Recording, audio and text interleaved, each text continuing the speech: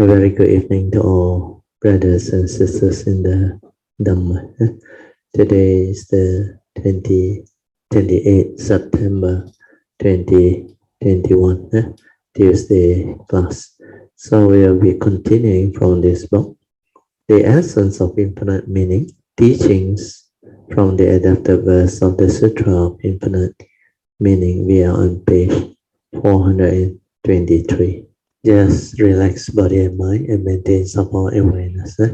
As usual, we will have our half an hour of awareness-based meditation first before we commence our sharing. So we will off the light. Then you can commence your meditation. Remember to just refer to the four support, especially the first three, to develop this awareness-based meditation. The first support is to relax completely body and mind, then silence everything, then maintain awareness. That is the second support. Then stabilize the awareness by maintaining the awareness for as long as you can. The mind just away, finish, away, finish. No need to do anything. And whatever the form and mind pick up, just maintain the awareness there. Whatever arises, let it arise. Do not resist. It can be a thought, it can be contact, it can be consciousness or whatever. Just maintain awareness. So when you maintain awareness, you can understand what is going within your own form and mind. What is happening at your sense basis, what that so-called mind is all about, consciousness is all about. The aggregate of mind, especially the mundane mind, you can see them very clearly. Then when the sankhara or aggregates of mind cease, who are you? What are you? You will realize the true mind. And what is the true mind? You will understand. So awareness-based meditation is very important. If you cannot maintain awareness, you cannot develop this type of meditation. Then you cannot understand clearly who are you, what are you. You cannot understand that you have two minds. The mundane mind, the thinking mind, the conditioned arising mind. That one is the one that manifests and create all of existent life, mundane consciousness. Whereas when that mundane mind ceases, the true mind, the true nature, which is always there, will become apparent, will become clear to you. Then when you can detect that, you can stay with that and be with that awareness nature. Stabilize it, use it to meditate. Then you will develop a lot of understanding and wisdom. That is the real awareness-based meditation. So I will now set the alarm for 30 minutes. Then you can continue your meditation. Okay. After the 30 minutes, I will ring the bell. Then upon hearing the bell, slowly, mindfully, come out of the meditation. Try to maintain whatever inner peace, inner calmness, and inner awareness that you have developed for as long as you can. You can slowly, mindfully come out of the meditation. Try to maintain whatever inner peace, inner calmness, and inner awareness that you have developed for as long as you can. These are the mind state you need to use them in the daily life and also make use of it to cultivate heedfulness in the midst of life. Unless you are able to be mindful in the midst of life, you cannot develop the enlightenment. Heedfulness is most important. Like Dhammapada verse 21, the Buddha said, Heedfulness is the path to the deathless. The heedful never die. Whereas if you cannot maintain heedfulness, he said heedlessness is the path to the dead. The heedless are as if dead. So if you cannot maintain heedfulness in the midst of life, you are as if dead. You don't stand a chance in the spiritual life, in the development of the spiritual awakening, enlightenment. So ability to stabilize our inner mindfulness or awareness is very important. The fourth merit is inconceivable. In fact, all the merits are inconceivable because as you walk the path of the bodhisattvas, you will have these 10 merits. And each of these merits will enable you to understand many, many things. So this fourth merit is explained here. It's inconceivable because with this fourth merit, all the Buddhas will protect us and keep us in their mind or in their thoughts. Although we are not yet delivered ourselves. So these are for those who are still maybe preliminary, haven't completely delivered themselves. We can deliver others. All bodhisattvas are our companions. Oh, sorry. All Buddhas, all bodhisattvas are our companion on the path. We are like the newborn prince of the king. Though very young and not yet able to manage the affair of the state, he is already respected by his ministers and citizens. The king and queen love him and regularly converse with him. So this is the analogy given. It is supposed to represent the bodhisattva who is supposed to be finally complete the cultivation to become Sama Sambuddha. So you are like a prince, a young prince, who will finally take over the throne to become the king. So this fourth merit has its special efficacy, ability to help the cultivator, especially bodhisattva.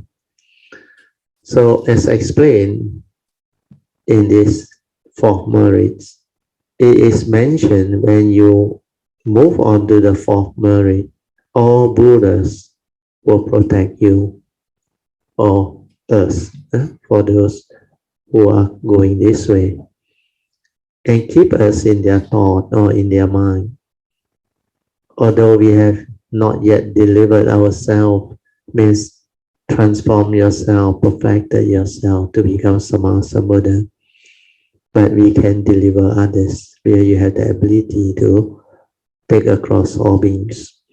All bodhisattvas are our companions on the path. Then we are like newborn prince of the king. Though very young and not yet able to manage the affairs of the state, it's just like you have not perfected every skill, every perfection. But he is already respected by his ministers and people. The king and the queen love him and regularly converse with him. So this is the beautiful analogy and explanation. So we are going to the commentaries. The wisdom that was continuously passed down from the Buddha through the ancient sages to the present day tells us that everyone intrinsically has an enlightened nature. So these are the message that has been continuously passed down from the Buddha. So that message is very important. That's why all cultivators must know that every living being, we have this intrinsic nature within, or what they call it, the Buddha nature, the enlightened nature. So if you can realize that, you become the Buddha. It's as simple as that. And to realize that it's not easy. Most people, after a long period of cultivation, they just have a glimpse of what that is, but they cannot stabilize it. They cannot understand what it is. Some don't even know what it is. So to have the ability to realize it to an understanding is not easy. You need to really cultivate. That's why during the sasana, like this Sakyamuni sasana period is easier. The causes and conditions are there. Then most of us who have the condition to take birth during the sasana, to be born as a human being, and to have the ability to encounter the true Dhamma, your parami must be very special and unique. Otherwise, you cannot be here. I will read on. So, although we have not yet delivered ourselves, we can deliver others. At present, we are still unenlightened beings. But if we can steadily progress in our understanding of the wisdom passed down by the Buddha and the sages, no matter how many principles we have understood so far, we can instinctively pass them on to others. Although we have not yet delivered ourselves, we can first benefit others. Here, I think the explanation is slightly different from what the adapted verse means. Because in the Salika Sutra, the Buddha make it very clear, unless you yourself is not stuck in the Komaya, means you have developed the cultivation, the awakening, you cannot help somebody who is trapped to come out of it. So the way the commentary explain this may not be the correct understanding, because the correct understanding, like just now I explained, although we have not delivered ourselves, means you have not perfected to become a Sammasambuddha, but you have already on your earlier cultivation awakened. Then you decide to go this way, the Bodhisattva way. That's why even though you have not perfected yourself, but you can take a cross living being. That one should be more towards the adapted verse. Then they give another example in the commentary. For example, Suchi volunteer always say, Master Chanya encourages us to just do it. See, just do it. Don't try to know. Although this is a simple phrase, if we can awaken everyone's wisdom and encourage everyone to do good deeds, we should share it freely. As long as we have formed the aspiration, regardless of whether we are newly inspired or already walking on the Bodhisattva path, we can continue to pass down the realization of our enlightened nature from generation to generation. Then all Bodhisattvas are our companion on the path. We are like the newborn prince of the king. Though very young and not yet able to govern the affairs of the state, he is already respected by his minister and citizens. The king and the queen love him and regularly converse with him. Buddhist practitioners respect the triple gem, the Buddha and the Sangha, who transmit the Dhamma. Why are those who transmit the Dhamma respected? It is because of the aspiration they have formed. So like a kingdom's newborn prince, they are respected by everyone because the king and the queen are likened to the Buddha and the Dhamma. The prince they give birth to is a Bodhisattva child. His ministers and citizens are like the Dhamma protector who safeguard Bodhisattvas. Everyone who has awakened because of the Buddha and can comprehend the truth because of the Dhamma will always have Bodhisattva as their companion and Dhamma protectors to to constantly look after them. The king, the queen, the minister, and the citizen constantly care for and protect the prince. They hope that this child of the Dhamma will continue to pass on the teaching and allow the realization of the pure and clear enlightened nature of Buddha Dhamma to be taught to others. So this Dhamma lineage can be passed on without end. So this is the hope. Realizing an enlightened nature starts with respecting life. Life refers to all sentient beings in the world, not only to humans, but to all animals, plants, and any visible or invisible beings.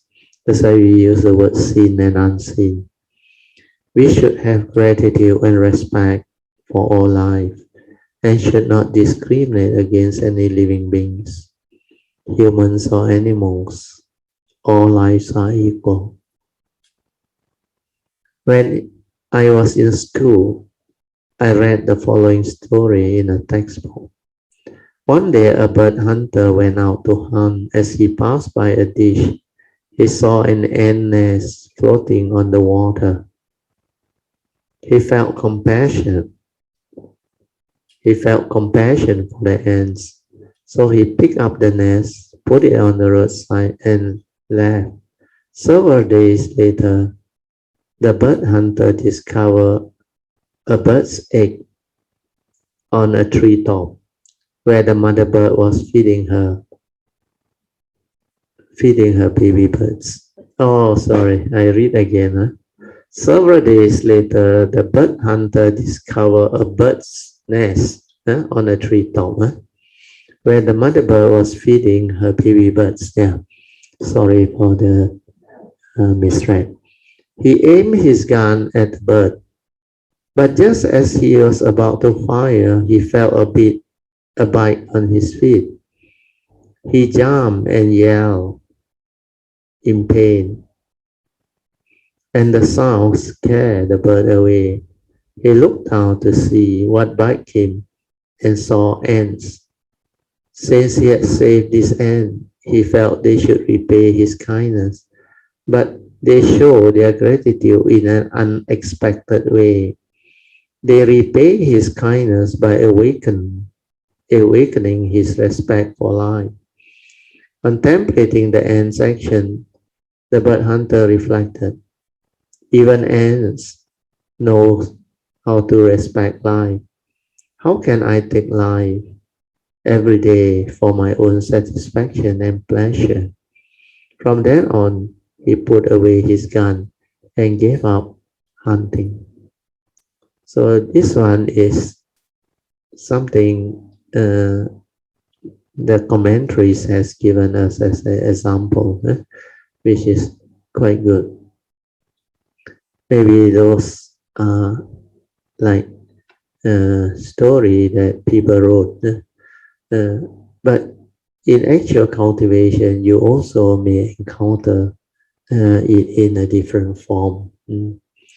I remember when I was young, as a schoolboy, I think in the primary school.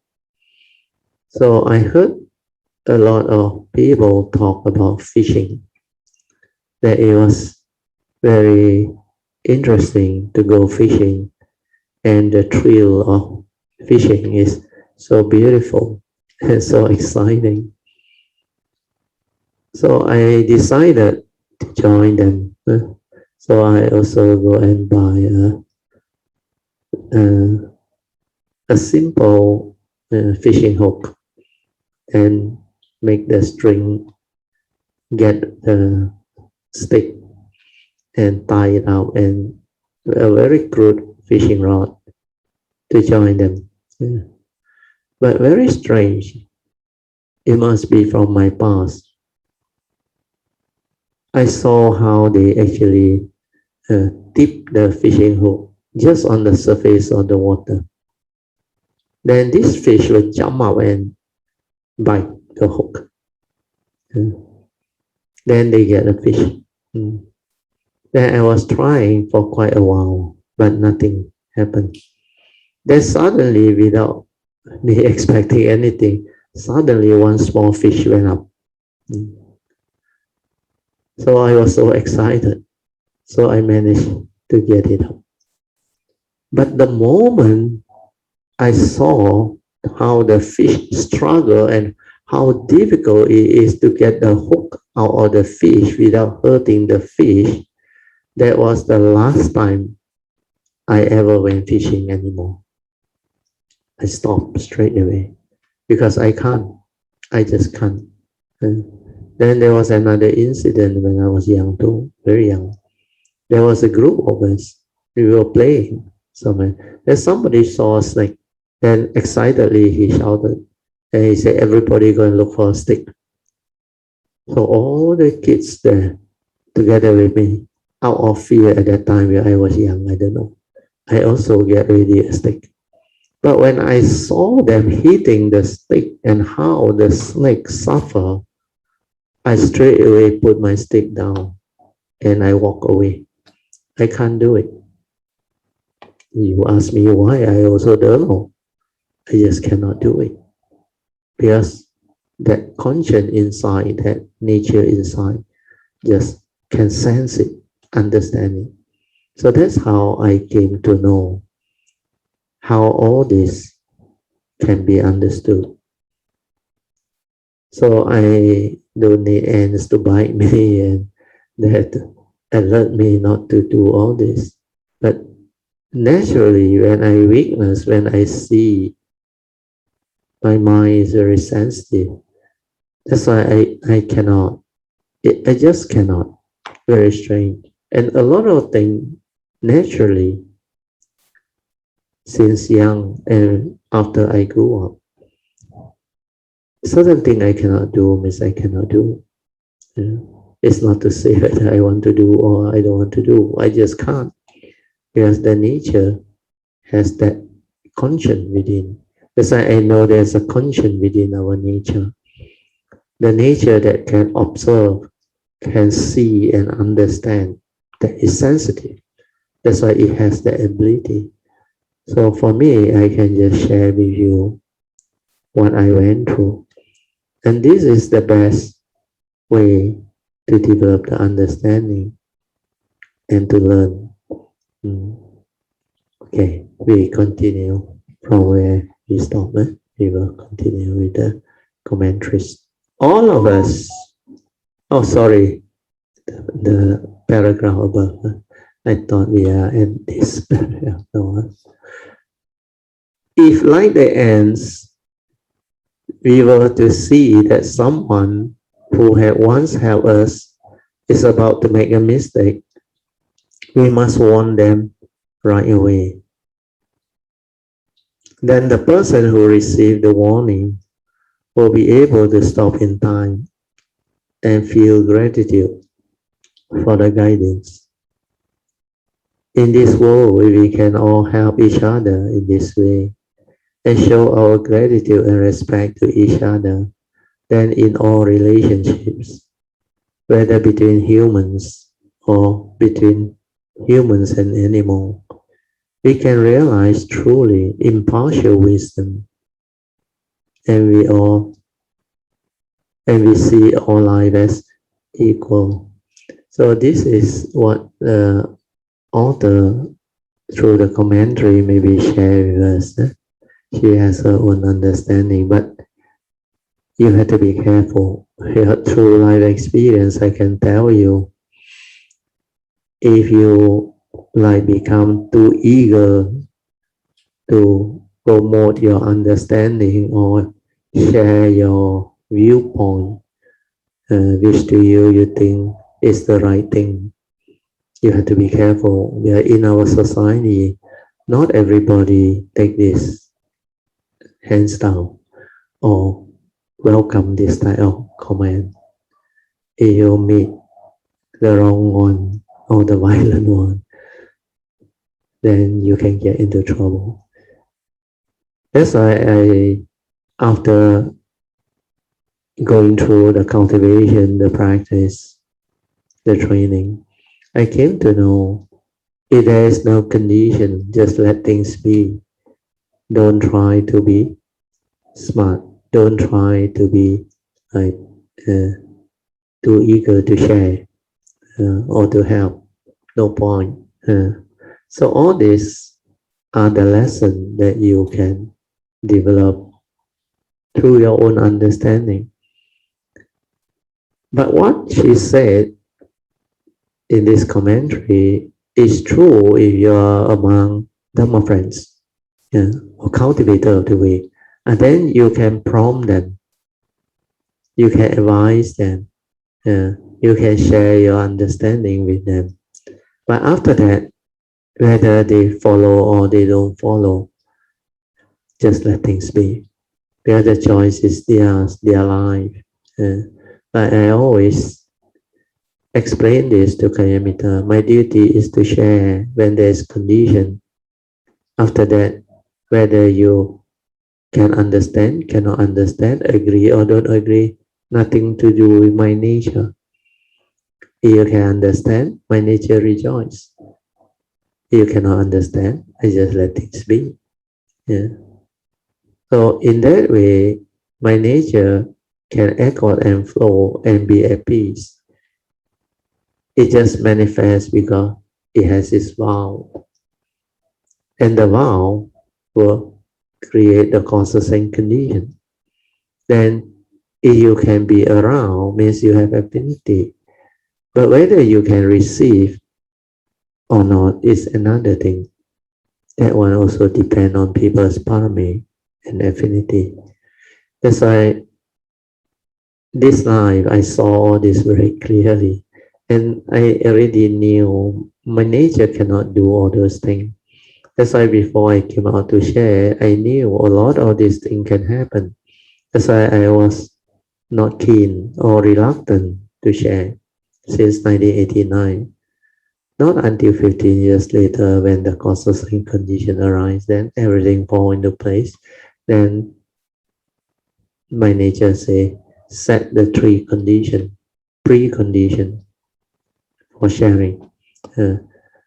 After that, my nature came out and shared. Then, till today, everything is still fine, good, and beautiful. That's why you have the understanding. You will be able to do this work, and you don't have to be like too eager to push your understanding around or insist that people learn all this or follow all this. Because Dhamma is Dhamma. Dhamma is true. Truth is to be realized. If people are not ready, whatever you say has got no meaning to them. Then if we are not tactful, if we don't have that understanding and the wisdom to accord and flow and let things be, we can create unnecessary trouble, conflict and misunderstanding. So this part is not easy for cultivator. You have to really, after a long period of cultivation and perfection, develop your own understanding. So this part is some additional understanding that I hope Kayamita can develop. We finish here. Okay. All of us intrinsically have a nature that is equal to Buddha's. So this is very true. Each and every one of us have this inner nature or intrinsic nature, which is our Buddha nature. So this Buddha nature is the oneness nature that all living beings that have a form and mind will have. And it's not easy to realize this nature is because you need a form and mind, a vehicle and tool to come to this existential world. That's why you must have a karmic nature. And through that karmic nature, you have the causes and conditions to arise, a form and mind. to take that birth, that segmented life, then that form of mind that arise has this gateway to connect you to that nature. But to realize that is not easy, it's tough. If nobody teach you, nobody guide you, nobody can train you or instruct you, it's almost nearly impossible.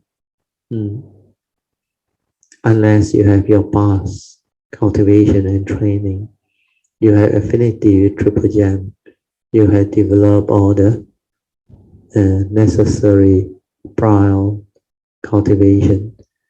Otherwise, it's not easy. So even though each and every one of us has this intrinsic nature or Buddha nature within, it's not easy. And every life you come, different people are different.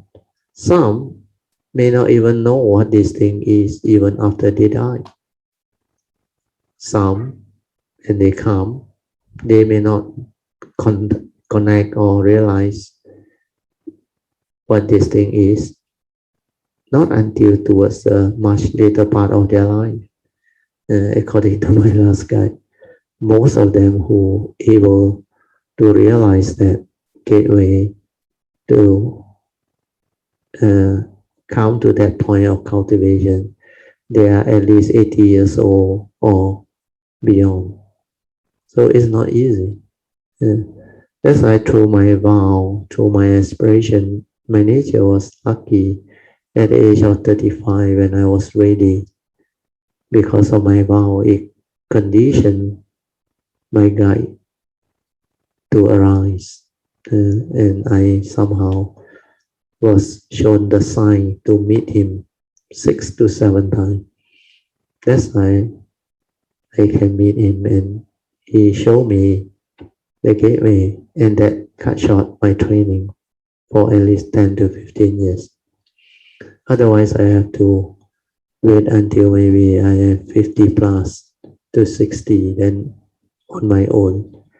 I can still locate it, detect it, but I would have wasted 10 to 15 years looking for it or trying to find out what that thing is.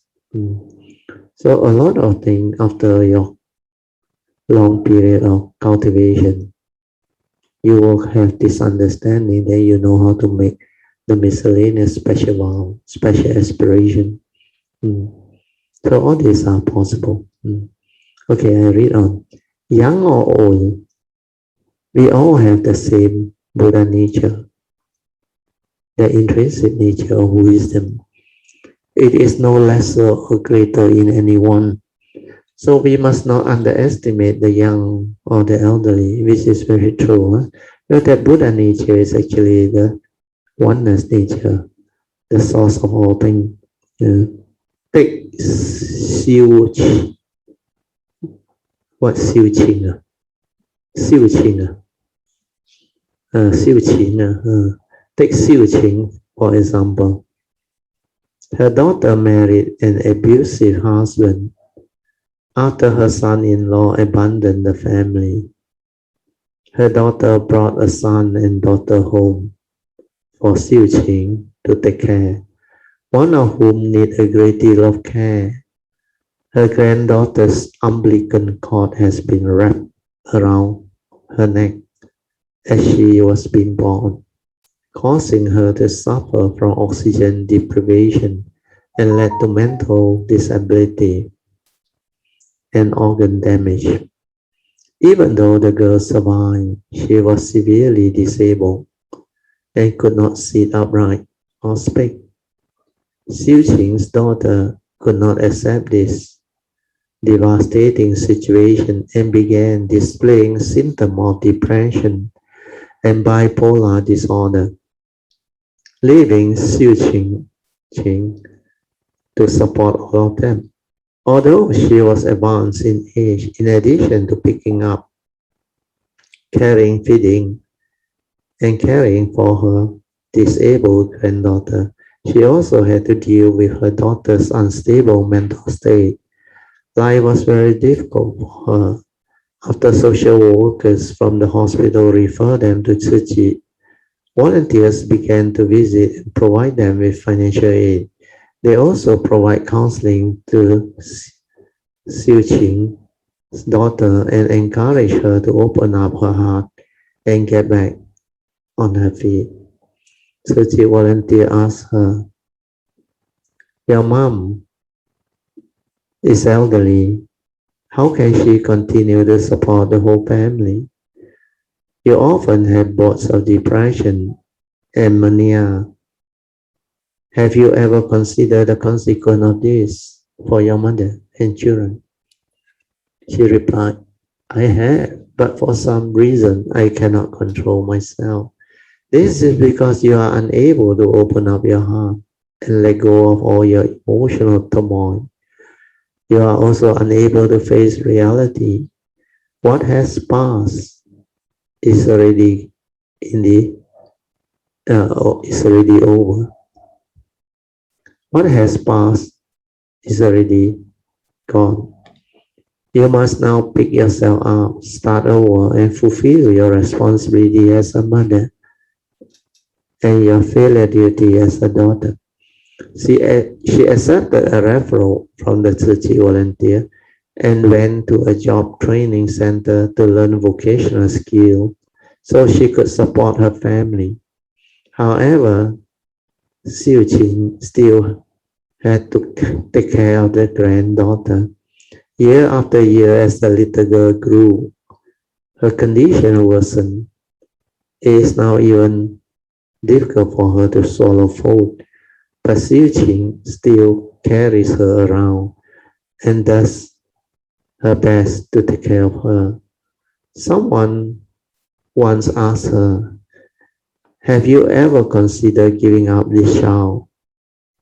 Xiu Qing replied, "No, I have a karmic affinity with this child.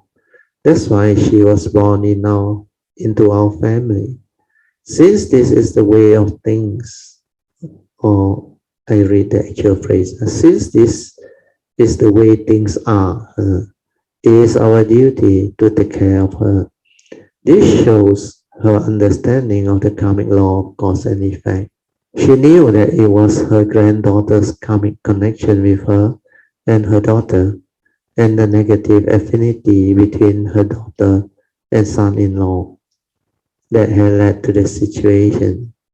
Since these causes and conditions brought about this consequence, Xiu Qing willingly accepted the way things were and was determined to help her daughter take care of the child. So if you are a Dharma practitioner, you can see all this, you can understand all this, then you will have the understanding to accord and flow and to do your best, to do your duty. Mm. There must be causes and conditions behind all this, and it's really complex and complicated. But there is a way nature is. Causes and conditions from the past can create friction of karma to become what it is, this life. If you don't go through, you cannot understand. Then you fail to understand karma is such, it will come and haunt you again. It won't end.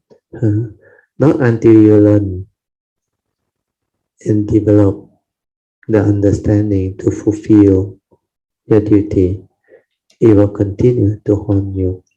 But the beauty of karma is the moment you develop understanding, it will cease to be.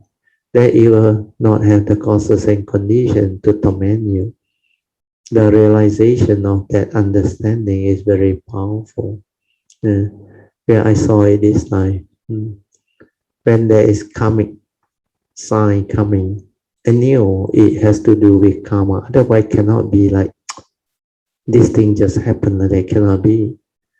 Then when I developed the understanding, and with the mindfulness, I reflect, I contemplate. Then when the understanding surfaces, then this thing cannot torment me anymore or cause me anymore. disturbance, then I realized it reverses itself very fast. Then the other thing about cultivation is initially, after you have developed some form of progress and realization, the Dhamma is very strange. It will keep on showing it to you that this is what the nature's law is all about, law of karma. That it keep on showing to you the cause and effect, cause and effect. Then later on, when you are ready, there are things that will happen to test you. Like many Kayamita who have gone through, they will know. So all this is part and parcel of the cultivation. So you must have the understanding. Otherwise, it's not easy to pass the test. Not easy to confront all this worldly situation or condition. I will read on. In addition to caring for her grandchildren, Xiu Qing also take time to do recycling works.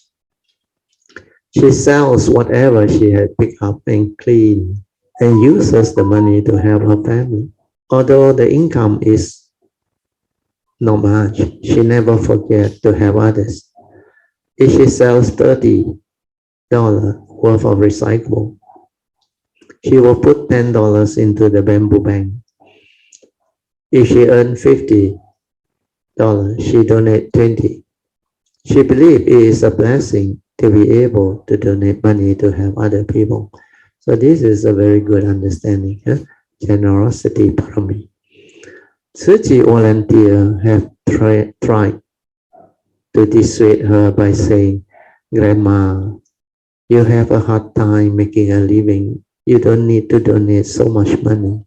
But she replied, "This money earned from recycling work is extra money for us."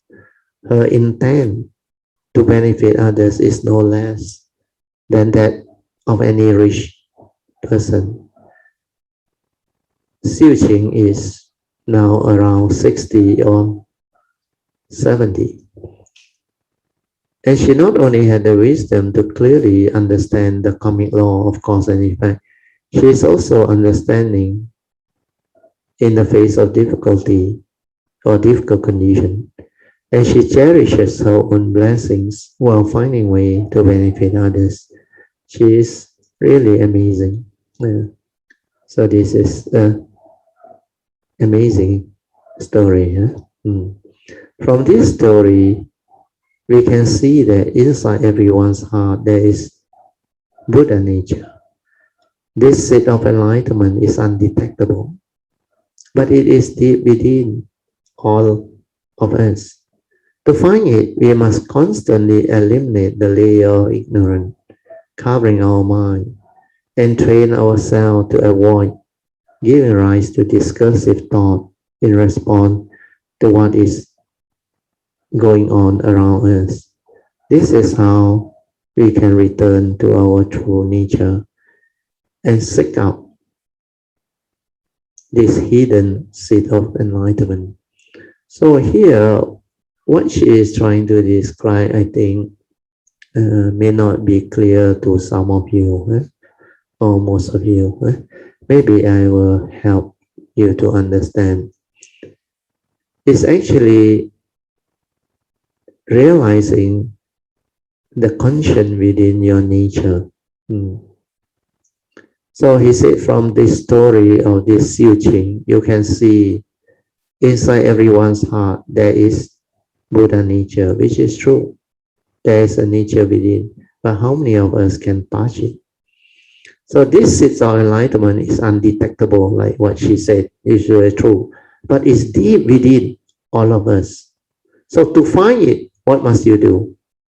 You must constantly eliminate the layer of ignorance covering our mind, which is the delusion, avijja, which is very true, and train ourselves to avoid giving rise to discursive thought, means heedless thinking, frivolous thought, wrong thought, in response to what is going on around us, means you need to develop heedfulness and Dhamma understanding. This is how we can return to our true nature and seek out this hidden seed of enlightenment, which is very true. But to actually find that conscience is not difficult actually. There is another way. Because this I came to know that conscious thing can only manifest when your mundane mind, your thought process does not intrude or does not come in and create that content within your thought process or consciousness. Take for example, I think I shared in one of the talk. You see, when you want to buy a property, let's say, property, this is the best example. So if you go and view the property, what happens is, most people when they go and see a property, they use their vision, their sight, their brain, their whatever activity to look for the thing that they want to look for. Maybe their dream house or whatever. They want it cheap and yet fulfill their expectation and all this thing. So if you have this type of thought process, you actually will not be able to detect your conscience. But if you have an open mind, just go there and find out. Just silent, observe, find out. Then the first instant when you walk into the house, that one is what your conscience is able to sense and feel. If there is anything eerie or negative or whatever, your conscience will detect it. Then itself will send you a signal or a sign and tell you this house is not for you. But if it's meant to be, the conscience will know, and you feel very good when you enter that house. You like that house somehow. But the moment you try to reason with your thought, then that conscience is gone. Then your thought process take over. That's why that conscience can only be there when you are without thought. That's why you have to be a meditator. You have to be a cultivator. You have to have the ability to silence your mind, to feel, to develop the sensitivity, to understand what is going on. So this is what that nature is. So if you understand this, you will know how to manifest it even before you develop the cultivation. So just trust your heart. That's why they always say, listen to your heart. But not the love affair of young couple or young boyfriend and girlfriend. That one is not listening to their heart. That one is listening to their desire, their craving. Because when you listen to the heart, means the heart actually has the ability to sense and feel. But when you already have a preconceived liking for certain person, then that signal, that trigger off is a different one. It's from your perception, your conditioning.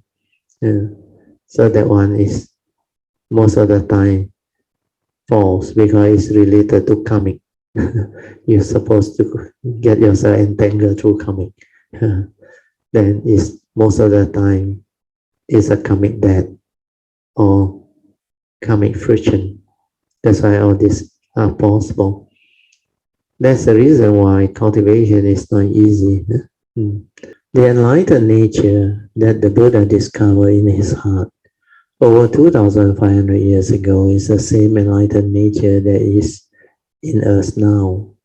So this is a very clear indication that that nature is the oneness nature. Whoever that realize that nature is the oneness nature, the source. That's why in Mahayana teaching, they use the word 本来的面目 is our original nature, the source of all things. That's why it's the oneness. All things arise from there. I read again. The enlightened nature that the Buddha discovered in his heart over 2,500 years ago is the same enlightened nature that is in us now, over 2,500 years later, because everyone shares that nature. From the source we arise. This pure enlightened nature never changed. It has just been covered by our delusion. We use the word clouded.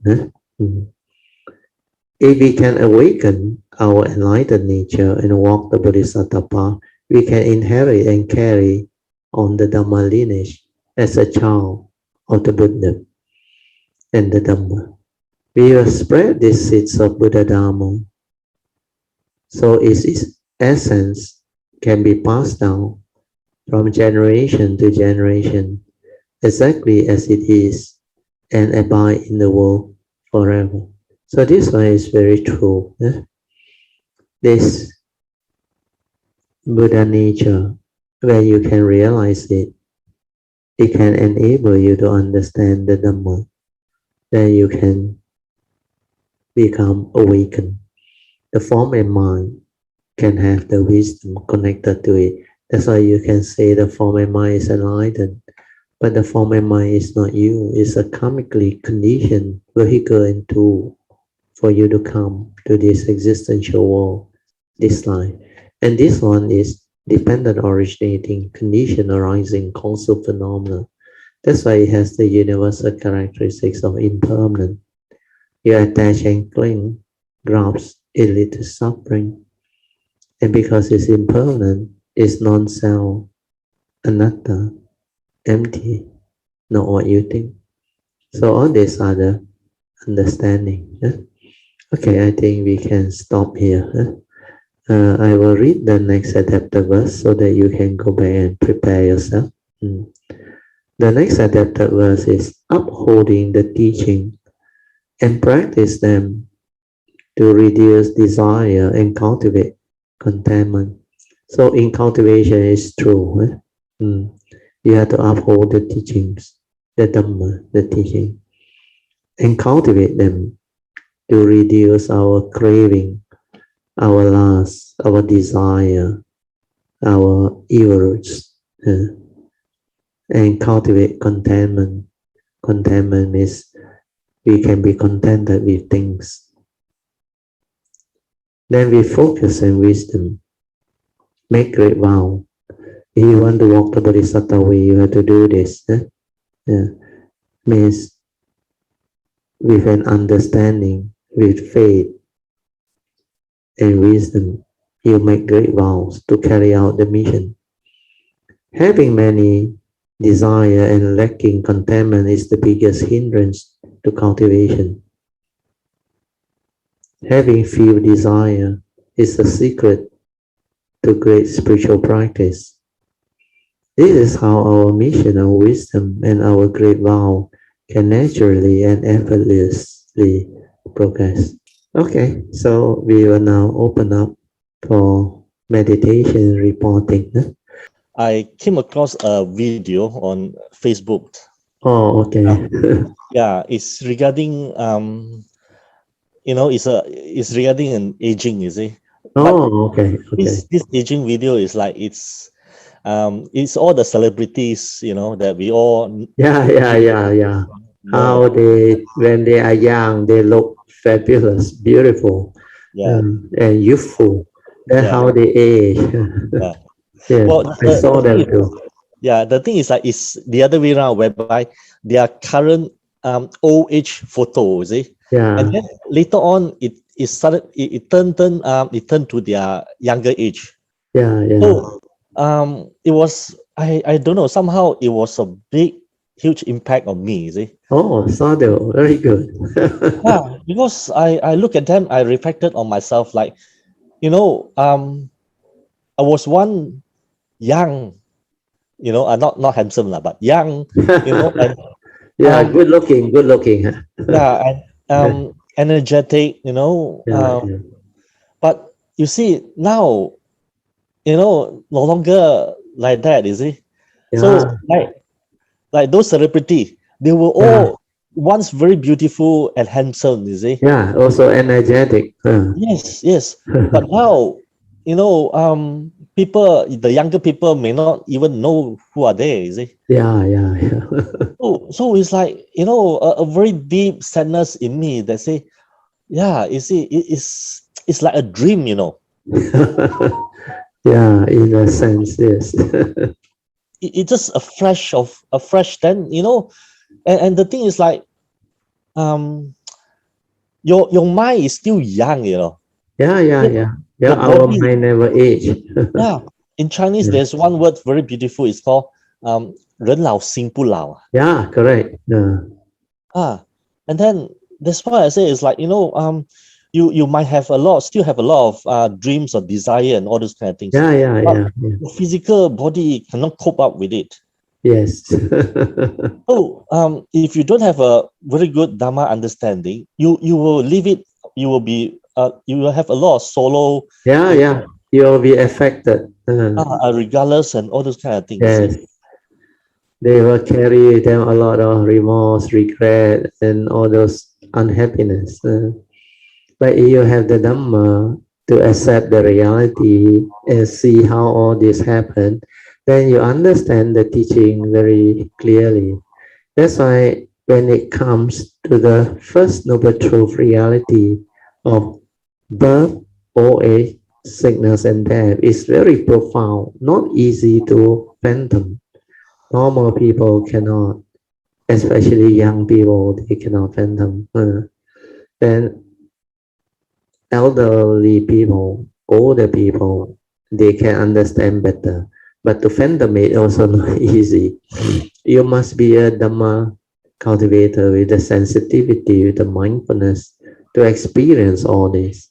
That's why my nature was lucky.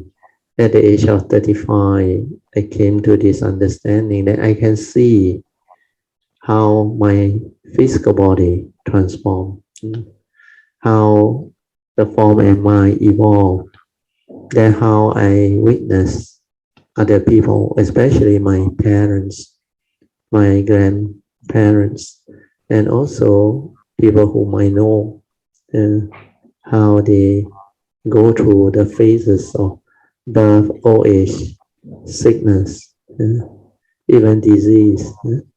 Then finally, of course, death. Death is very common. Death is a certainty, a reality. So all this, when you have the Dhamma, when you have the mindfulness, the awareness, the sensitivity, you can see very clearly. Then you really, really appreciate the Dhamma, the teaching that the Buddha has taught us is so beautiful, and how we can develop the understanding. The physical body goes the way of nature. Why? Because it's made up of the four elements. Elements come from nature.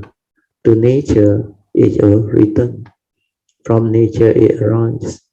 To nature, it will return. So the body is just a body. It's never us. Because there is only elements. There is no knowing. There even the knowing part, the consciousness part, is also impermanent. You attach, you cling, you grasp, suffering will be the result. That's why it's also non-self, anatta, empty, because of the universal characteristic. So you can see them, the five aggregate of form and mind are empty. They have the universal characteristic. So to see all this, to awaken to all this, to develop the deep understanding of life, it's not easy. So for you, it has an impact on you, you know? Yeah, So yeah, correct. how you actually develop understanding out of that is very important. You can make use of it to contemplate, to reflect. Yeah, it it Uh, also remind me, is it to be more to be treasures on life, yeah, appreciate yeah, life. You yeah. see? Like especially like my mother, you see, You know, yeah.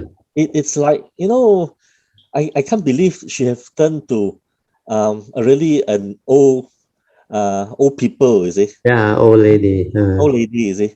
It's Yeah, like she used to be very beautiful when she was yeah, young, yeah, yeah.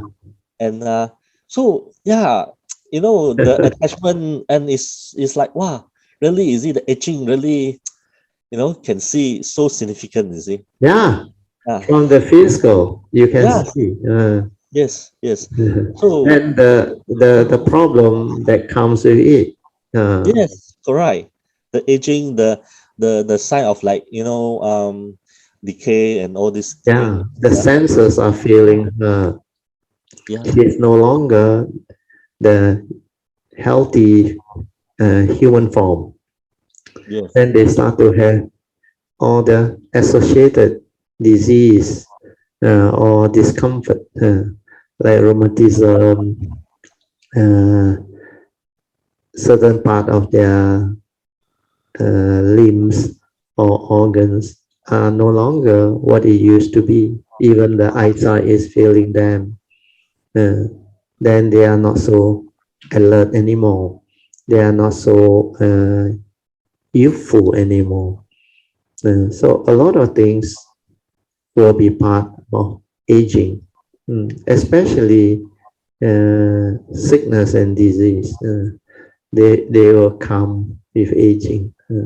Then you realize more and more of the physical organ, they will start to decay and failures, then become less and less efficient, less and less efficient. It's just like our car, after some time, it starts to like decay. And through aging, some of the parts start to fail. That's why you need to service them, replace them, and all those things. Uh, but not all parts are like the car where you can buy the spare part. The human body hasn't really had that type of medical breakthrough or uh, ingenuity to have all the organs and parts replaceable. Not easy. And most of them, even you want an organ transplant, you need a donor. A donor. And it's not easy. So a lot of these things we need to confront, we have to confront. So for your case, how old is your mother? Huh? 68. Oh, 68. Eh? Yeah. Older than me, 1 year old. Yeah. Oh, I didn't know your mom was so young. Mm, Yeah. yeah, And, yeah. I also, I have very good karma, because my mom is a very good cook. Ah, And yes, yes. yes, She's really a good cook. I know. I have and tasted her food before. Yeah. Uh, and she cooked very well, yeah, and yeah, yeah. especially during this period, Yeah, yeah. MCO, whereby, we eat most of at home, or most Home of the cooked time, food. yeah, Yeah. home cooked food, yeah, Yeah. right, Very good. yeah. So, I mean, I've been um for her sons for 40 over years already. So Yeah. I'm so used to the food. And a lot of people, whoever that tested her food will say, wow, a lot of, good comments on that. And Yeah, yeah, yeah. yeah, Your mom is really a good cook. Yes. Yeah. Very yeah, true. Yes. yeah. Then I start to reflect. It's like, this good Uh, karma, there will be one day it will be gone, you see. yeah, yeah, yeah, yeah. Because when condition, this is a No condition, more. a real Yes. condition, you see. Yes. So when my mother, getting older, or Yeah. if she's no longer here, then, Yeah. this part of condition will no longer exist, you see. Yeah, yeah, yeah, yeah. So it's like, it can be so real now. Yeah, yeah, yeah. One Because day, you are sensitive. yeah, You can have the understanding. yeah. And we are, a lot of things, we are so take it for granted. Correct, correct. Yeah. It's like sun, when we wake up, morning, in the morning, the sun will rise up. You see, it's Yeah, just yeah, like yeah. so automatic. But this is all conditioned. You see, Yeah, yeah, yeah. This is all condition. There'll be one day either the condition gone, or you the person like me are gone. Then there will be no more Yeah, conditions. that's See, why you remember the Buddha taught us the 5 daily contemplation. The fourth one, the fourth one is about separation. Separation from your loved one, from your wealth, your property, your choice possession, things that you hold on to dearly. So this separation is a reality. That's why the first noble truth, the 8 conditions, are realities of life and existence. So for those who have the Dhamma, the mindfulness, the awareness, and the understanding, they will contemplate, they will reflect, and they know these are reality. It will happen, so that you are ready. Before it happens, if you are contemplated, then it will not afflict you. Because, like I used to share, if we want to express our love, our fellow piety to our parent, our loved one, you should do it while they are still around, while they can still feel you, hear from you, and be with you. Because after separation, whatever you do, not much meaning already, unless it's the Dhamma way. Means you do meritorious thing in memory of them, in their name, offering or donation or whatever. Then apart from that, those like the Buddha said, no amount of sorrow and lamentation can bring back the dead. Yeah, all those is gone, no more. So you feel sorrowful, you lament, you regret, no use. The reality is condition no more, separation will occur, thing will cease. And when it ceases, it's already gone. This is a conditioned world. There's a conditioned world has its universal characteristic. Is anicca, dukkha, and anatta. The anatta nature you must see clearly. Anatta doesn't mean don't exist. Anatta means not a permanent, unchanging entity, not real, not you, not what you think. But within the conditioned world, there is such a thing as the law of karma. Law of karma recognizes relationship. There is such thing as life, relationship, living beings, human beings. So all this need different level of understanding. The conditioned wisdom, Dhamma, and the unconditioned wisdom. Both aspects you must have. Then you can understand life beautifully, and life become meaningful, wonderful. So all this is the Dhamma way.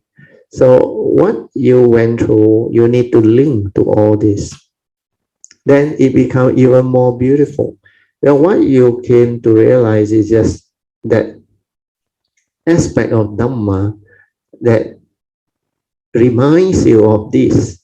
Because this is what you saw and what you treasure or believe is important. But to confront it, to have the deep understanding, you need to reflect, contemplate, and develop more penetrative wisdom, the sensitivity of mind and all these things. Even my son, about 8 years ago, he knew. That's why before that, he kept on reminding me and my wife, say, we must take care. He know, he loves us, and we love him, and he know we are great parents, wonderful parents, and he really feel it that he really need us, and he need us to take care, so that nothing will happen to us. That's why when I went through the 2013 January or February, the angel, he was very concerned. He checked out the internet, and he was the one that actually created the causes and conditions for me to consult with the specialists and others thing. That's why he has this very strong, what they call, understanding. That's why he was able to act. And you can develop all this when you are sensitive, when you have the understanding. Otherwise, a lot of human beings, they don't know what is going on. They only concerned about their own life. They got no time for their parents. They got no time for their other siblings and even children and all this thing. That's why life is to be understood. Without Dhamma, you cannot develop the true understanding of life. And life cannot be meaningful and wonderful if you don't have the Dhamma. That's why Dhamma is very important. Silhap, now you know how to link the whole thing. Yes. Yeah. Yeah. Yeah. And the other thing I would like to talk about is that, recently I came across with friends like talk about whether you have dreams at night, when you sleep, you see. Oh, okay. And I start to observe myself. I say, yeah, I have a lot of dreams, you see. And and it's like and a lot of those kind of dreams are like not present, like I was like uh lacking or something, chasing or something, and but not, and it's all in the real life, and I mean it's like so real, and it's Yeah. and during a dream I even got the thoughts, you see. Yeah. I can sense the thought and all those kind of things.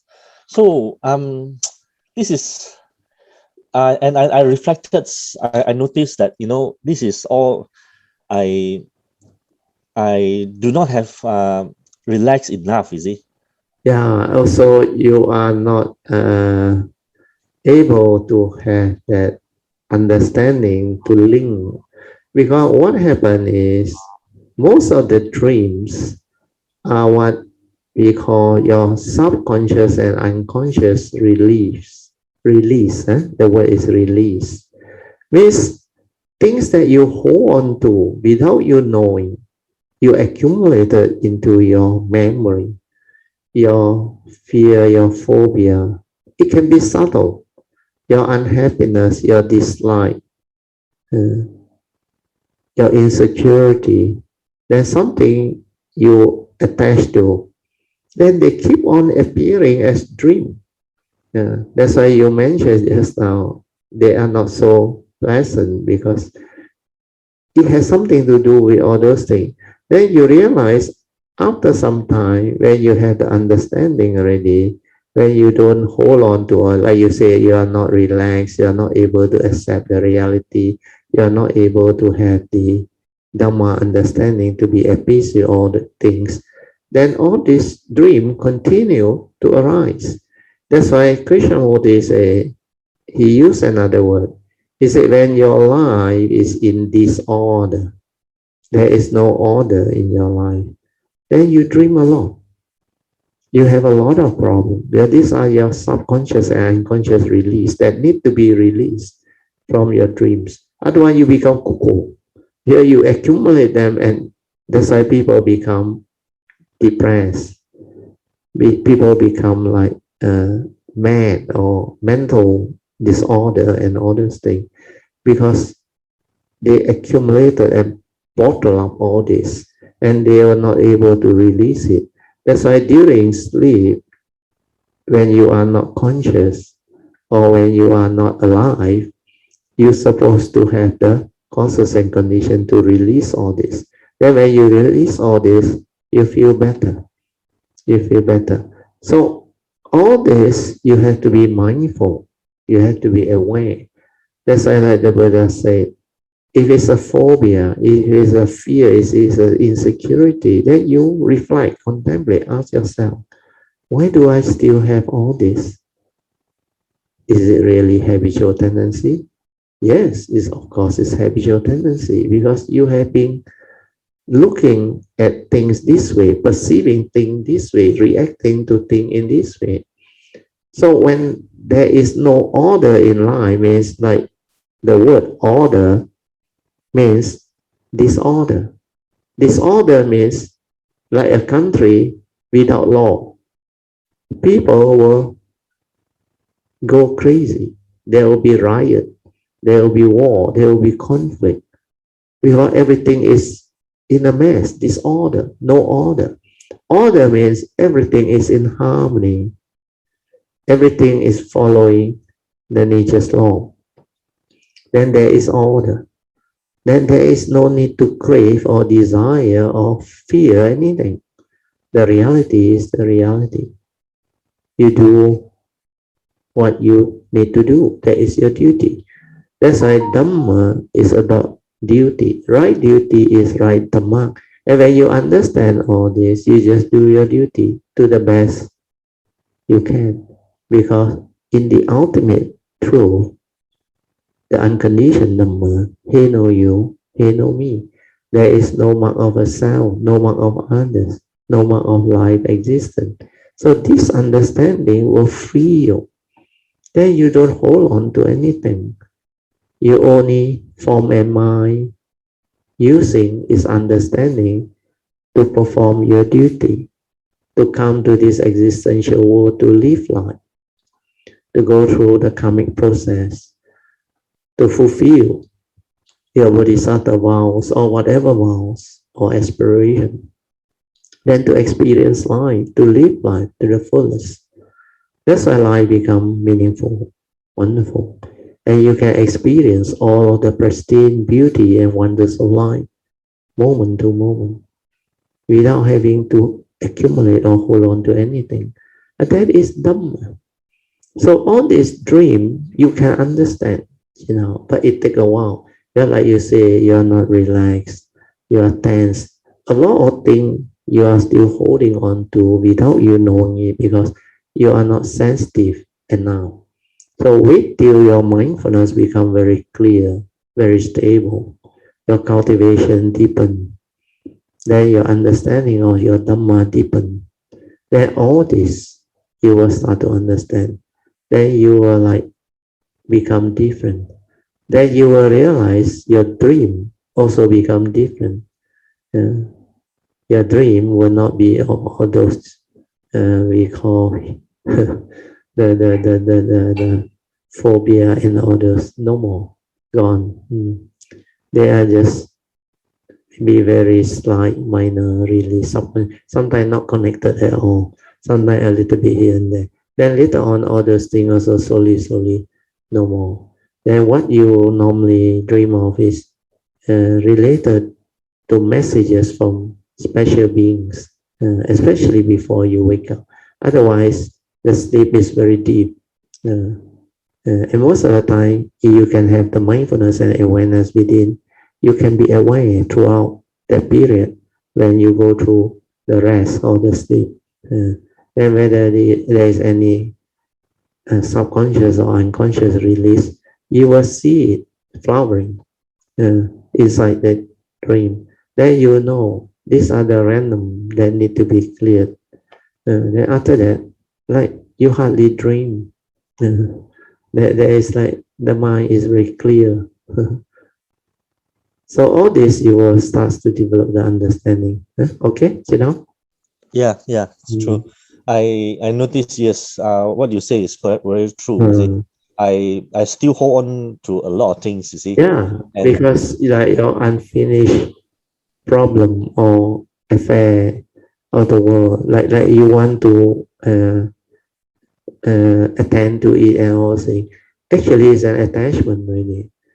What is more important is you just make a note that yeah, this one maybe need my attention. That's it. No need to hold on to it. No need to try to remember. When you try to remember, then that trying is something that you are holding on to, and within that there is this phobia or fear, very subtle sometimes at the back. Then it keep on reminding you and keep on coming back. But when you have the ability to accept that reality and let it be, then you realize something else happened. During the early days, I remember when I just make a note, okay, I have an appointment tomorrow. what time. I no need to remember. I just make a note. Okay. Then when the time comes, the thought will come and you will recall, oh, 5 o'clock or maybe 8 o'clock, this person is coming to see me. It will come. Then sometimes if it don't come, never mind, you forget.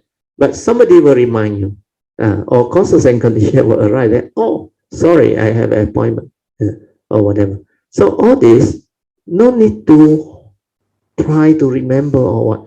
Then sometimes I write it down on a note, a sheet of paper or a notebook. I just write down. Then sometimes the appointment can be a week or 2-3 weeks later. So this one you have to write down. Then because as you cultivate, as you transform, your brain and your memory is no longer like the normal human beings grasping type of memory or brain. The areas are non-grasping. Non-grasping means it cannot hold on to things. It cannot try to remember things. It won't do all those things anymore. That's why the brain is not cluttered. Not holding on to things. It just flow, echo and flow. Want to know? It knows. Doesn't want to know? Finish. No more. Arise, pass away. Arise, pass away. Perceive, acknowledge, pass away. Finish. Finish means finish. It cannot like hold on to memory and worry about, oh, this one how. It no more. Cannot. Because condition like that, things so like that. Just let it be. Then when it comes, need to attend. Need to resolve, amicably resolve. You need to contemplate, reflect, plan, do it. Then after that, finish. Finish means finish.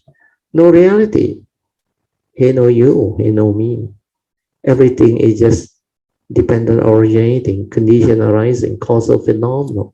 Thing is just the way it is. Not what you think. So all this understanding are Dhamma understanding, which are very important to understand life, to live life, so that our brain is not cluttered, not burdened with the memories of the past, so that we don't carry all this knowledge. We leave it in the brain when we need to retrieve, like the computer. Random access memory. We access it when we need. When we don't need, leave it in the memory. The memory is like the RAM. But the ROM is like the understanding that you need to operate this thing. So wisdom is like the ROM part that allow you to, the read-only memory that allow you to use for whatever programming and other things, operation and other things. But all the data, leave it with the memory. Need it, retrieve. Need it, retrieve. Then your I call it the system, the brain and the consciousness, they become like very smooth, like your computer, very neatly, the motherboard very neatly organized, and then no that funny type of bug or whatever all around. Means everything flows smoothly. You need, you retrieve. You don't need, is in the RAM or memory. So all this understanding, a cultivator will develop, and they will have the understanding. And their mind, the brain is not cluttered at all. That's why there is clarity all the time, and there is joy, there is peace, there is just awareness within. So these are all very beautiful understanding that can unfold when you have the Dhamma. But it's not easy to have the complete understanding. Where all this understanding need to come in and play its role for the brain and the form and mind to have the ability to understand life and to live life, to be in the midst of life, in existence, to experience and truly live life, not to exist through life. So all these are very Beautiful understanding. So sadhu to you, Chidam, for arising all this condition, for my nature to explain all this. Yeah, sadhu gratitude. Yeah, And it's still a long journey for me, really. yeah, Uh, yeah, yeah. Don't worry, slowly, because as you cultivate, you will go through. And these are the causes and conditions that will unfold. That's why my nature can share. So in future, when you all listen to this, maybe 3 years from now, 5 years from now, you will see the deep meaning. By then, most of you can understand what I say, really. What is happening to your brain. But this part need maturity of Dhamma understanding to realize, to have the understanding. Before that, you can't. Mm, not easy.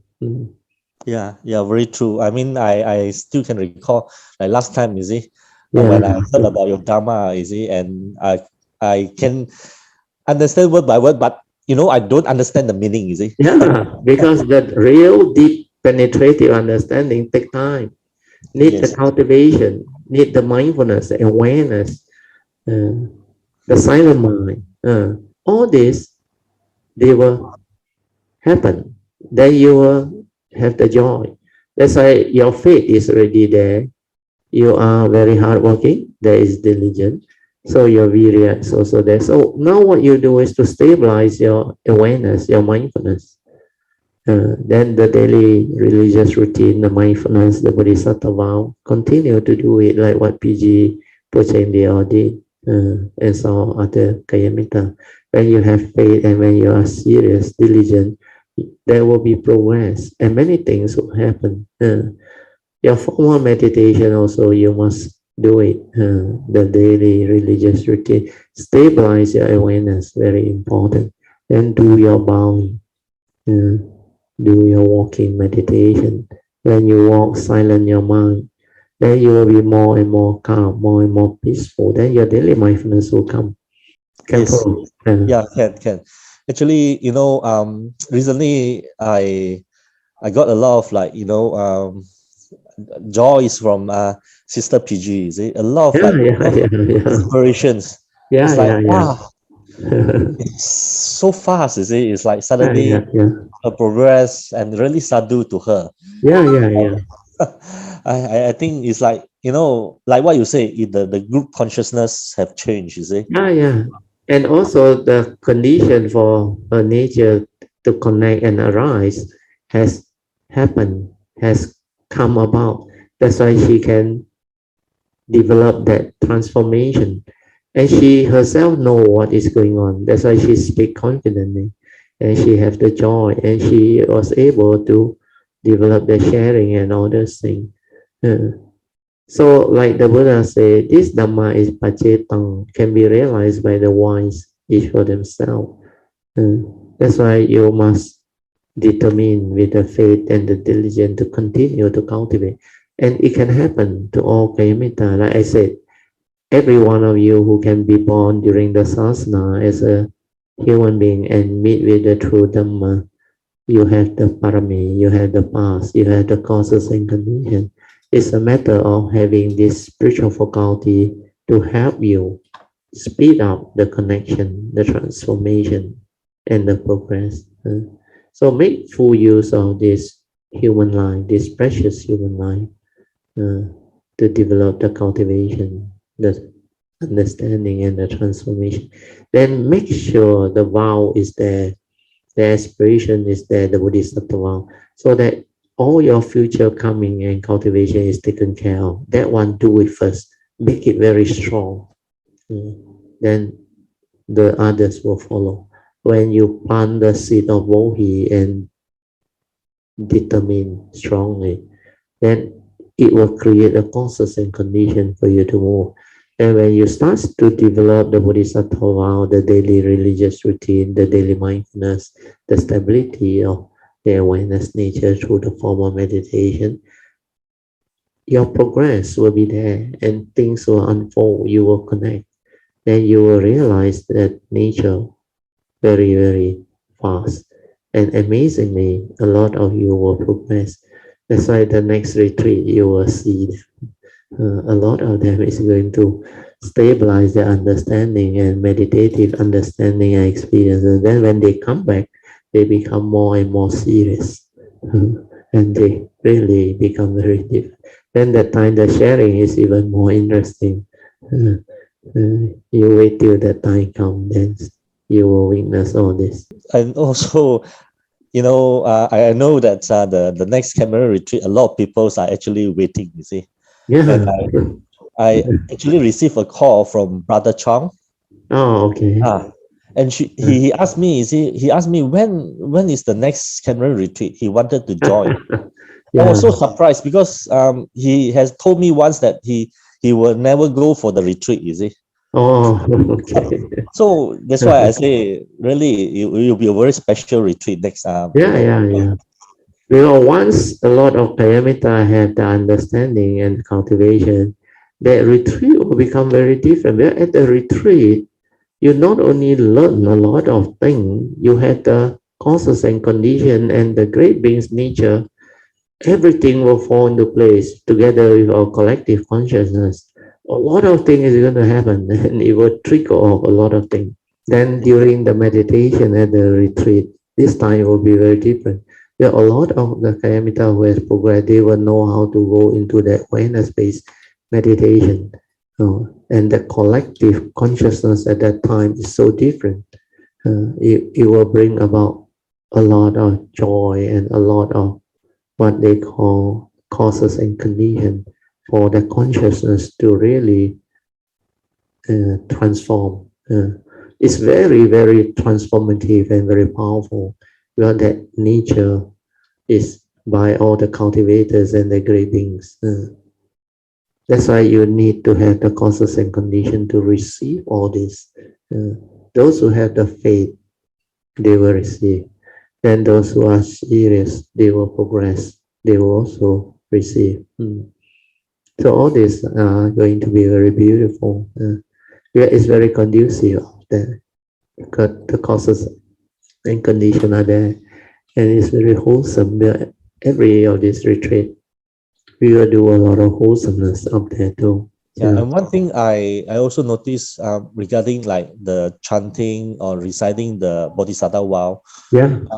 somehow I think we need to have certain understanding, certain level of understanding, or else it will not sort of like resonate with us, and Definitely. it will be just like pirates, Yeah, but when you do the cultivation, you remember what PG shared. He said every word is like so clear and the meaning is so beautiful. That's why that whole of the yellow sheet, every of this vow and every of this wording are so clear to her, so beautiful, because of her faith, her cultivation, and her Dhamma understanding. And after she connect, she really understand them. That's why when she determine the heart inside move.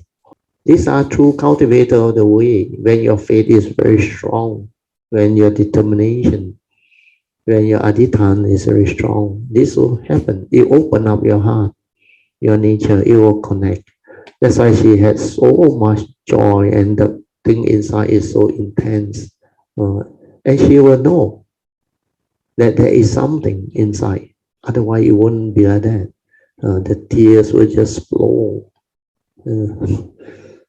So all this, you will start to see. So what you describe one is true because before the understanding, you cannot actually motivate yourself to be like that.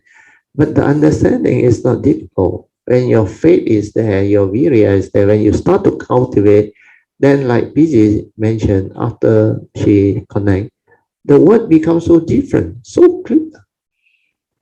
And when she took the Bodhisattva vow, which is only maybe 3 months ago or what, it's not that long. Earlier he said the past 2 months plus, then by now I think it's 3 months plus. Oh. And he has transformed her so phenomenally. It's just like Po Cheng during the early days. Never believed when he started taking the Bodhisattva vow. In fact, a lot of Kayamita told me after they start to take the Bodhisattva vow, things change, things become different. Your understanding come by itself. Then the faith drive you. Then the virya. Then of course the awareness nature stabilize. Then your meditation become different. So all this are very beautiful sharing and understanding. Hopefully it will give rise to faith, strengthen the faith of Kanyamita so that it will motivate you all to really go all out to cultivate. Yeah, I think seriously, I mean, from where I am now, I mean, to really like what PG have achieved, I think still a long time, you see. Hey, not necessary, Jin Hao. When the time come, you move very fast. You never know. Just like what happened to Song. Last time he thought he very shy. But when the time come, he just connect. And he just move. Then like PG also. Last time he also say very shy or not. Don't know much Dharma and all those things. Then don't believe in karma. But when she becomes serious and when she decide to go all out to move, only recently everything changed. Even Pocheng also same, so new, but suddenly connect to and change. And many other Kayamita. You look at even Alicia, Sister Alicia in video, they are all no different from all of you. They started similarly. And Alicia go through depressions and not English educated, maybe like you, not English educated, mostly Mandarin. But Alicia English is better than her. But she strive on with faithfulness to actually study them, despite her handicap in the English language. But she tried to express it in Mandarin and all those things, which is very good. But she has a good understanding of the Dhamma and she has a sincere heart. That's why her life changed, transformed. The English is different. English, we are both English and Mandarin very good. So she benefited from a good command of Mandarin and English because she's Chinese educated and she can understand the Mahayana teaching. The last time she don't believe in Mahayana teaching in the early years, I remember first time he met me at the retreat, I think the early days. He came and talked to me one of the night after the class. He said, Brother, I don't know why this like I'm like that. Oh, then I explained to her. Oh, then after that, she determined to ask for forgiveness and make that type of aspiration, the repentance. Then I add in that one, misled her. That one came from her condition. Because of her condition, I add in the word, whomsoever from the distant past until now, whether this nature of ours, knowingly or unknowingly, have caused any karmic negativity, suffering or misery, or misled her. So we sincerely ask for forgiveness and may this humble request for forgiveness be accepted by all, and may all beings be well and happy, and may the blessing of the Triple Gem be with them all. So all this will help you to break the karmic obstruction, then develop the causal signal. That's why after that she can follow all the Mahayana teaching, even the six patriarchs, Surangama, whatever we share after that, she got no more problem. And now she understand the beauty of the Buddhist teaching, both Theravada and Mahayana. They are both actually no different. The authentic teaching are the same. Okay, you know? Really, because it has been a long while, I did two parts. For one, earlier when I was, I did some meditation, and then I found that I was having a continuous meditation day by day, like morning and evening like that. basically about half an hour. Then I found that it's true that when I listen to Brother Tio's sharing on the mini talks and everything, it's somehow that those things that I hear it again and again, it was different already. Yeah, that is Yeah, true. Yeah, that is true. Sadhu to you. You can see that the same talk has become different because you have progressed. You have the condition to detect the deeper meaning. Yeah, continue, Tammy. Yes. Yeah. And then but that one is earlier lah. Then the second part is lately I was doing some like like some yoga practice lah. Then the practice was like holding the breath, got holding the breath for like more than 1 minute, like or so lah. Then I found this strong fear, even though I know that I can now straight away get it out, so they have this like strong fear, like like like if you like I really scared of water one, sometimes, so it's like I scared that I'm going to drown. Yeah, Yeah, because you are not breathing. So when you hold your breath, you don't have the understanding, the fear will trigger off. and so I continued for a few days already. I noticed that for 2 weeks already. So I noticed that once I understand that okay, this is not true, then I try to aware on my bodily sensation, and then the length of the breath from 30 seconds become like 1 minute plus. Oh, sadhu. That's why when the fear is gone, you can do it. Yeah. So it's really like a lot of things, especially when at night I've got any phobia and everything. It's really about the thought, It's like telling me this is correct. Yes. Where is the conditioning? Where the thought tell you, "Ayo, I got insomnia, I cannot sleep." It's the thought. You just relax, silent. You will go to sleep. Unless you want to maintain awareness, then you can maintain awareness and go in. Otherwise, you just become sensitive. Then you will doze off. Then you will sleep. It's like meditation. When you don't want to be aware, you will rest. You will sleep. Then when you silent, relax, maintain awareness, you become very sensitive. You can feel your vibration everywhere. Your whole nature become like alive. Yeah. So when you do your yoga, also same, you are relaxed and you are peaceful because you after yoga, most of you are tired and relaxed. So it's easier for you all to develop the relaxed state of mind. Where yoga is very relaxing, and you at the same time develop mindfulness of your movement while you are doing yoga. And you can combine with your prajna, means anapanasati or whatever, where yoga, the breath is with you. So during that time, when you do yoga, you are very peaceful, you are very relaxed, and you can just silence your mind and use that mind state to develop understanding, to rest, to sleep. Whatever you do can help you when you understand. The key is relax, maintain awareness, and mindfulness. That's it. Aware. When you are just aware, no thought, you become very peaceful. You become very sensitive. Without thought, you are very sensitive. The awareness is there, very sharp.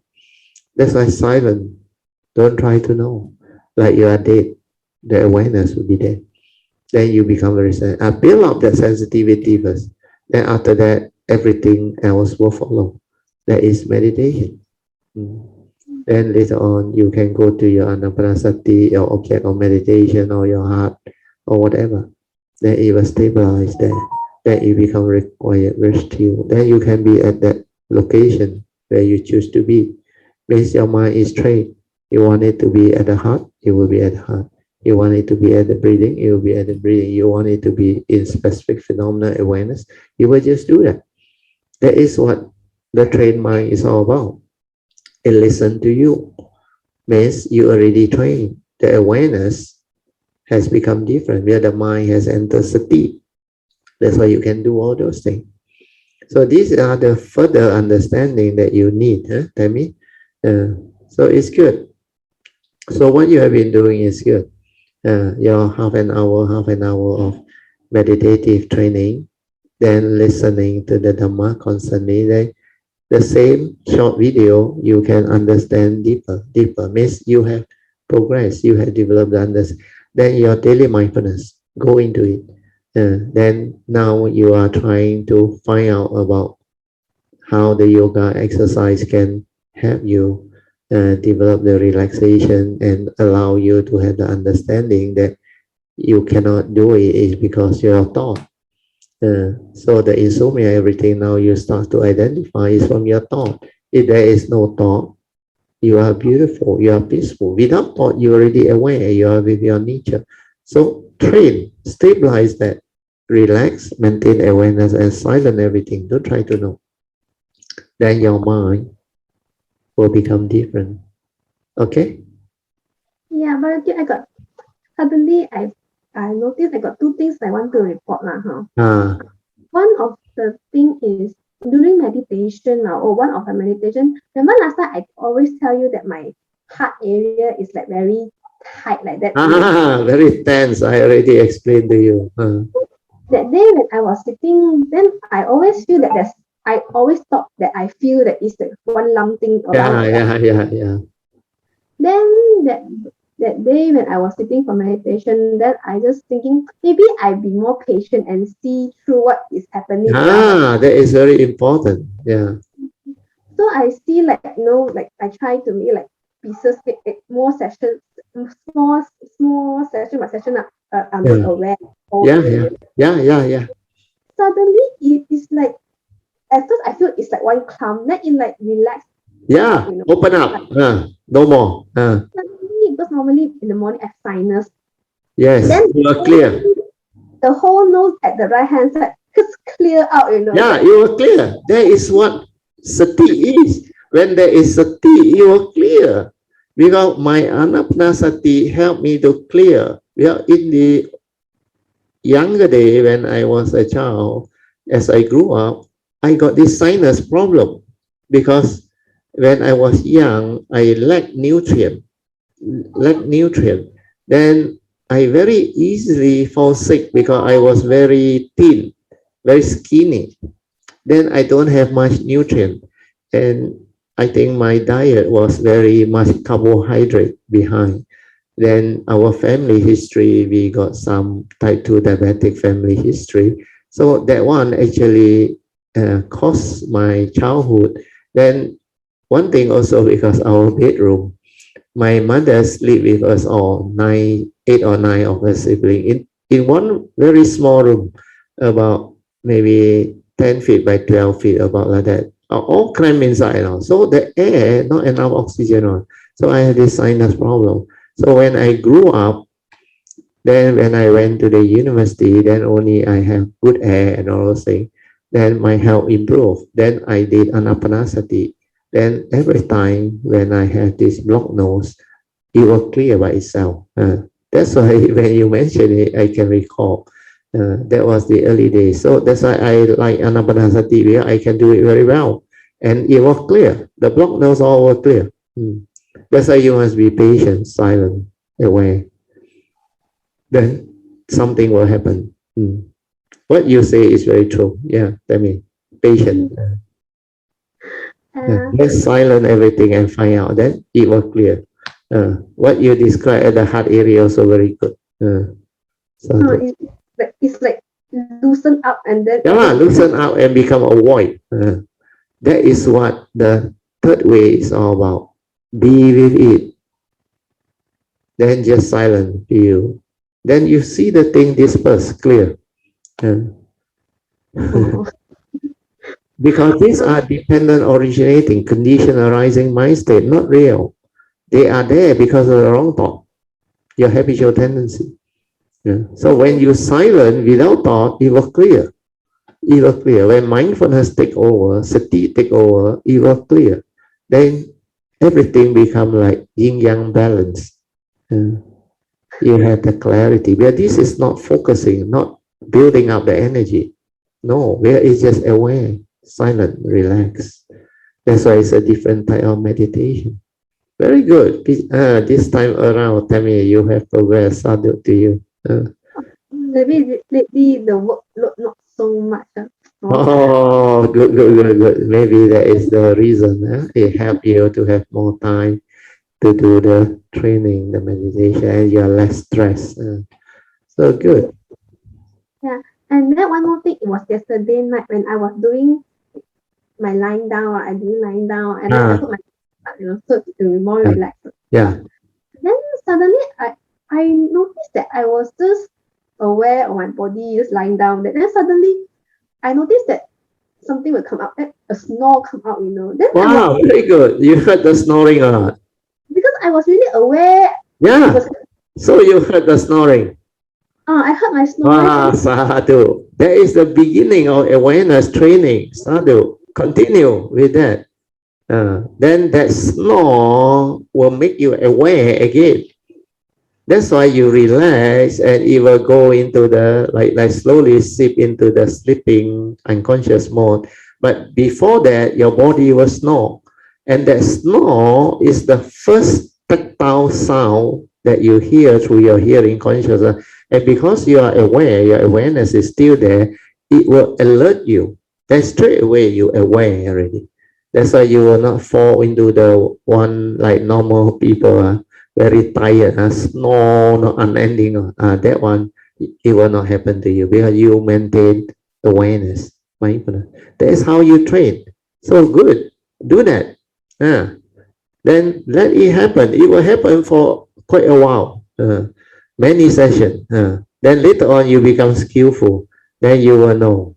You can maintain longer and longer. Then when you are tired, you want it to sleep, you can shut it off and go and sleep. No need to maintain awareness. You only train when you need to train. Then when you have enough of the training, you want to rest your body, you just silent and sleep. Then you will have peaceful sleep. Very, very deep sleep. Because when you are aware most of the time, you don't believe you try out, then you go and sleep. Very easy to sleep and you will have very good sleep. No dream. Hardly any dream. Because most of the time the mind is just aware, silent. When you are aware and silent without thought, that is the conditioning. That is the new heedful mind. The heedful mind doesn't have any problem. No more dream. No more subconscious release. No more of this normal mundane mind behavior. All this gone. Very good, Sadhu. Anything else? Tell me, Sadhu. Well, today you're reporting very good. You have progressed a lot, Sadhu. Thank you. That's all, huh? That's all. Thank you so much. Let us rejoice. Sadhu, Sadhu, Sadhu. Today, sharing by Tammy is very good. Surprisingly, she get out of her old thought base. And now she is going into the awareness-based training already. And even from the yoga, the half an hour of routine, morning, evening, type of meditation. And from there, how he understand about the insomnia thing and all those things, which is very good. Then how he actually went in with awareness to understand last time, how come he said the chest there very tight? It's because she don't know how to relax. Last time there is this stress, tension, holding on to things and the fear. So when she just silent, relax and maintain awareness to find out, then that thing slowly loosen up. Then the clearing of the blocked nose is the best. Where that one is anapanasati awareness. When your sati is there, all this will clear. It will clear. Whatever blocked nose, it will clear. You must maintain awareness. So all these are very beautiful sharing. Then later on, as she become more skillful, she can actually go to the heart area and rest there. Then she will recuperate very fast. Or she will go and do the awareness-based meditation until the snoring comes. Then she just rests. She will recuperate very fast.